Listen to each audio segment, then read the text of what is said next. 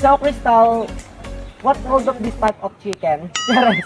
Anong pangalan ng ano na yan? Anong tawag sa mga ganyan na yan? Ano sila? So, yung barred plymouth, as you can see, meron doon, di ba? Oo. Matuto tayo magbasa. Tapos,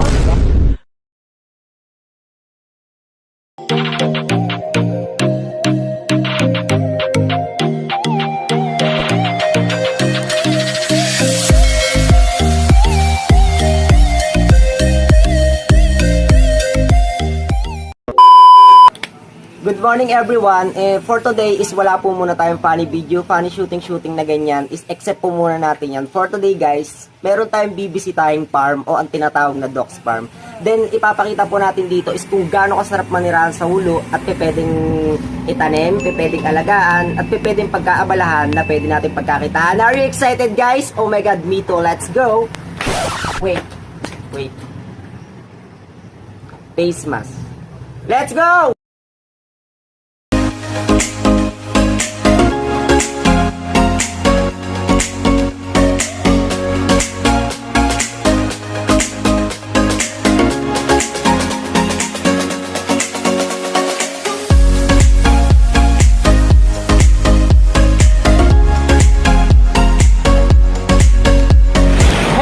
We're here na guys, and dito po tayo dadaan. Let's go! Come on!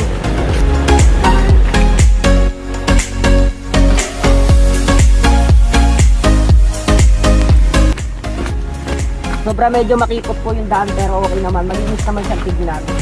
And may parking lot din dito sa may bandang sulok. At ito guys, andito na nga po tayo sa sinasabi kong parada na sinasabi ko. Di ba napakalawak naman? Ito po yung parada ng mga turistang bumibisita rito. At ngayon guys, meron na nga kayo nakikita na kaparada. Hoy, no ID, no entry. Charot. Hindi, siguro po yung may-ari niyan, isa sa mga namamahala dito. And by the way guys, dito po yung daan natin papunta sa Doc's Farm. Let's go! Pwede rin pasukin ng motor dito. Ito na guys, at nandito na nga tayo. kaso yung motor na lumilip. Sana meron tao. Ayun, at parang may nakikita na nga akong tao guys.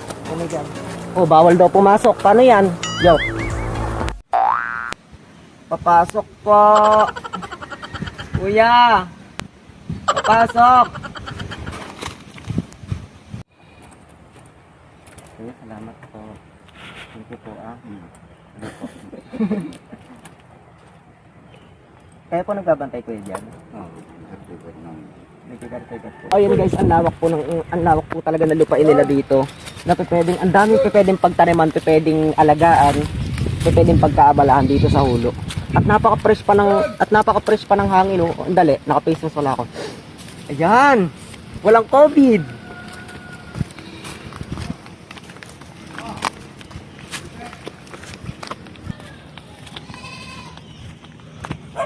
Okay, let's see. Ayun guys, ito yung mga tanim nila dito sa Doc's Farm, yung ibang tanim nila dito. Tapos meron pa doong mga parting doon is may mga taniman pa po ng bibe. Mga taniman pa po ng bibe.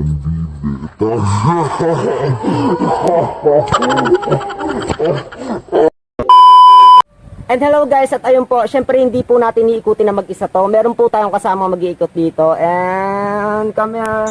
Hey, Crystal Mercado. Okay, sa ngayon, ang gagawin muna natin dito sa farm is mag-house tour. House tour muna natin yung yung tinutuloy ng mga tagapangalaga na tinuturing na pamilya. Oh, yes. Alright. Okay, let's go. Let's go guys. Napaka-old ng version niya pero maganda, mukha siyang matibay-tibay talaga.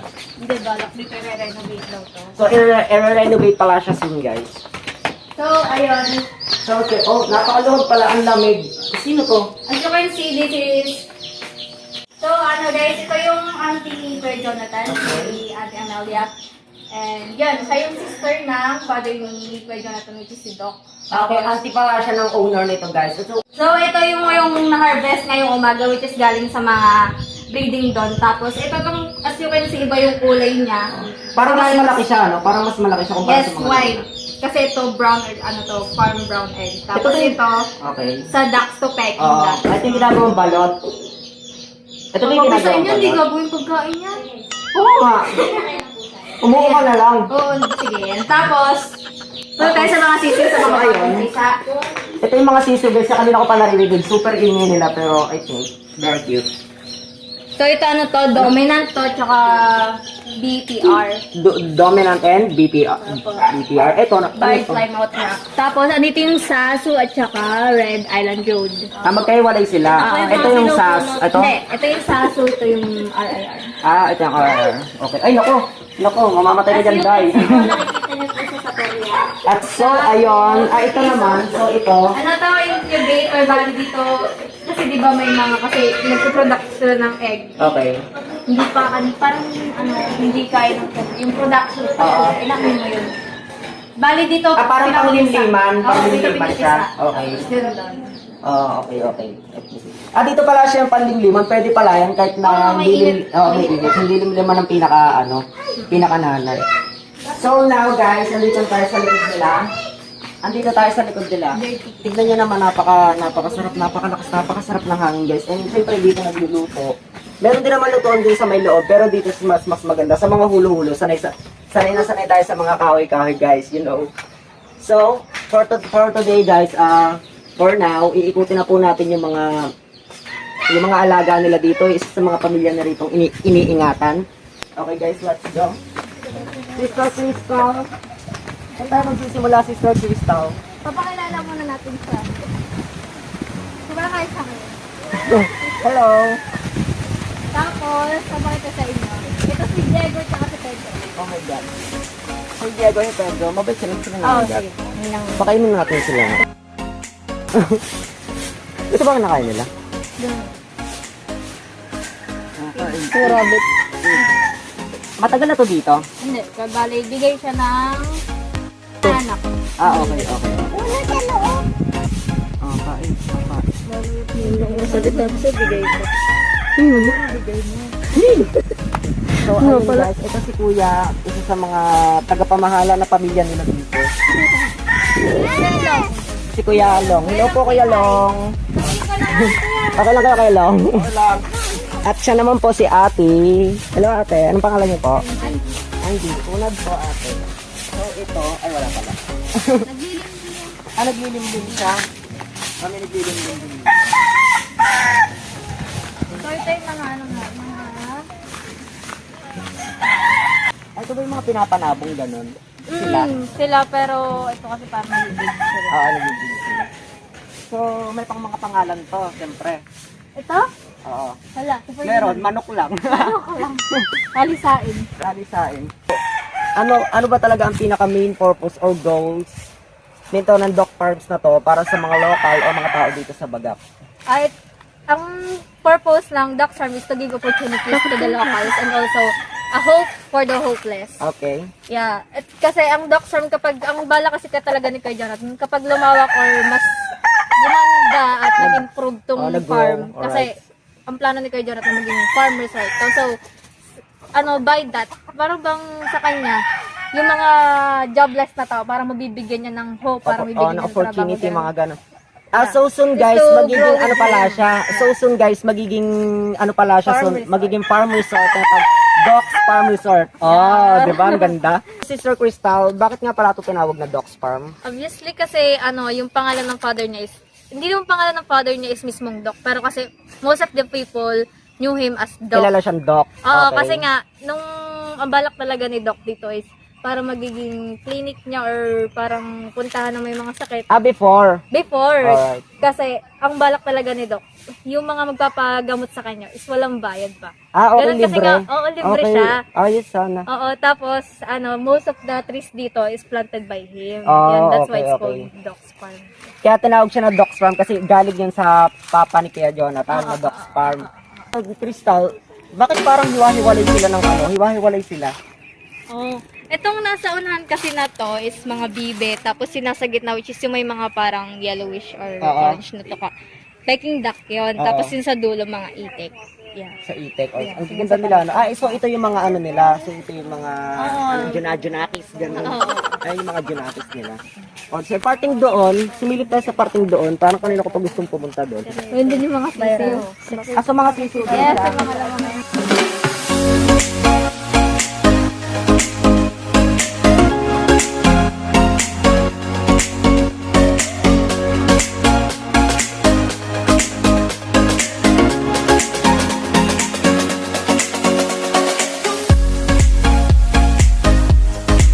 Crystal, anong nakikita mong improvement dito sa loob ng 1 taon hanggang 10 taon?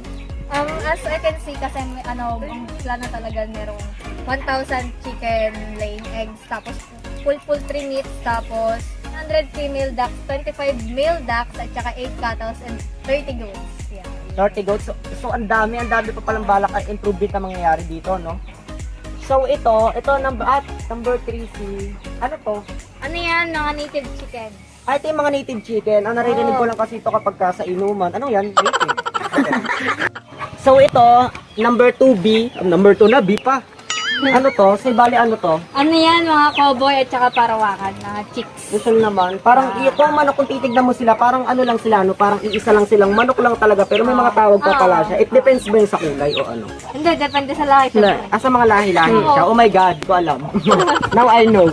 So ito, ano naman to? Ito, as you can see, itong master. Hindi ko mabuksan. Ako na nga, ako na. Oh, Sorry, ayan sorry, na. sorry. Oh. Guys, house tour ko kayo sa amin. Teres. So ito yung sassy chicks. Okay. As you can see, malalaki na sila. Oo.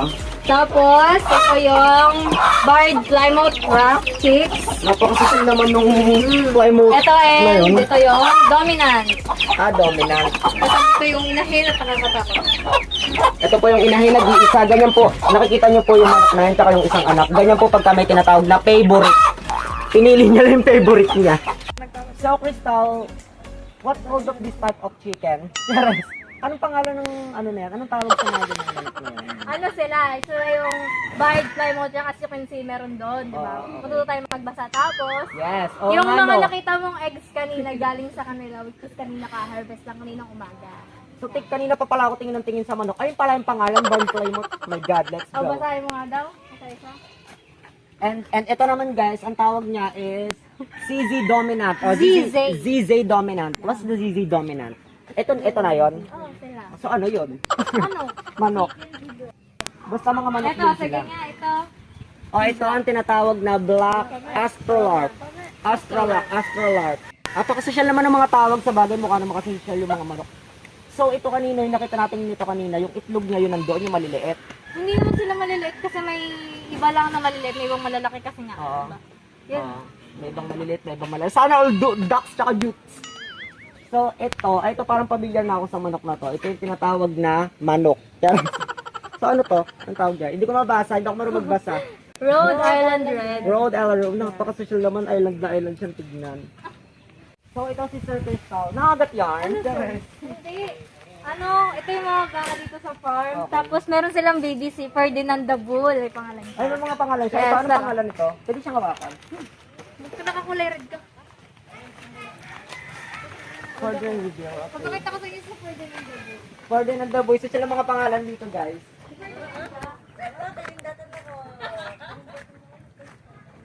Sa Ferdinand yung baby. Siya yun. Ay, so ayun. Ay, goat pala yung goat. Yes, siya sa Ferdinand. Parang nahiyain siya, ano? Bala ko dyan. Nahiyain siya. Pero okay naman. Mukha naman silang malulusog. Then tong ibali sa may bandang Yes, likod. ito yung mga pabo, mga goat. Ay, yung pabo.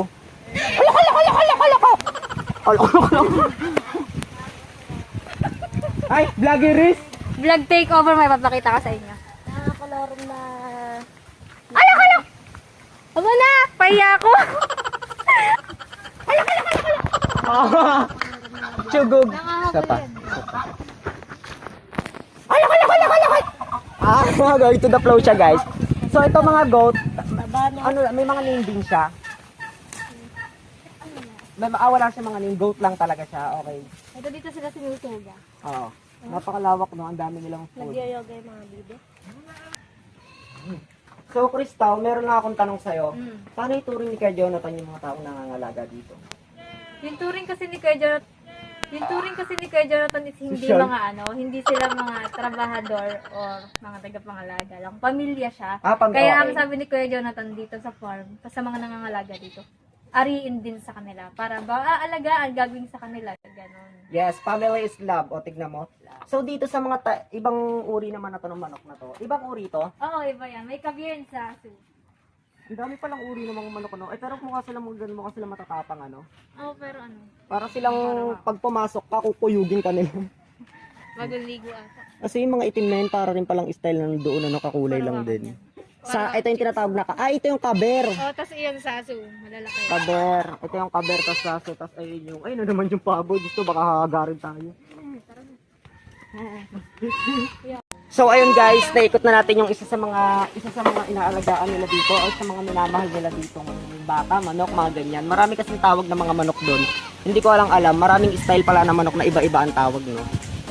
So by the way guys, naikot na natin siya din. Ito na po yung pinakalas na may mga bibe, mga peking duck ba? Peking duck. So ayun guys. Look guys, meron ako nakitang baby goat. Oh my god. Are you lost? Oh my god, dun ka na kay mother mo. At ayun guys, tignan nyo guys, sobrang lawak pala talaga nitong dog farm na to. As soon pala guys, magiging ano pala siya, magiging farm resort pala siya guys. As soon pag nag-grow. At itong aso na to guys, ito yung pinaka-guard nila dito kapag kami nag-over the backwood. Kaya huwag kayo magkakamali dito kasi sasagpangin talaga kayo nyan dyan. But today guys, titignan po natin kung ano ba? Titignan po natin yung mga tanim nila dito na pwedeng anihin. At syempre guys, isa to sa mga tinatanim dito sa hulo, yung mga ang tawag dito, yung taramindo o sambalok. Iba pa guys, let's go. At syempre sa mga hulo guys, syempre hindi mawawala yung mga nyog-nyog, buko-buko na ganyan, di ba? Super napakasarap talaga pagkaganto. Yung marami tatanim yung sinasabi nilang pag may tinanim, maiaanihin. At may mga mangga din dito guys. Ay, may mga bunga na siya at feeling ko hindi pa siya pwedeng kuwanan. Huwag muna natin siyang kuwanan. At syempre, meron din mga kaimito dito guys. May kaimito bandang dito, may kaimito bandang doon. Basta may mga tanim siyang kaimito, kalat-kalat. At eto na nga yung kaimito guys. Charan! O, diba? Hilaw pa siya at di pa siya pwedeng kunan. Kaya, hayaan muna natin siya doon. So ayun guys, maraming salamat at sinamahan niyo akong ikutin, libutin, tuklasin at alamin kung anong meron dito sa Dogs Farm at pwedeng mangyari, pwedeng gawin dito at pwedeng pagkaabalan. By the way guys, special thanks to nga pala kay Sister Crystal kasi isa sa mga nag-guide sa atin dito at kay Kuya Jonathan Delda, thanks po sa pag-invite sa akin upang libutin to yung inyong farm na Dogs Farm guys. Okay guys, thank you again and see you my next vlog.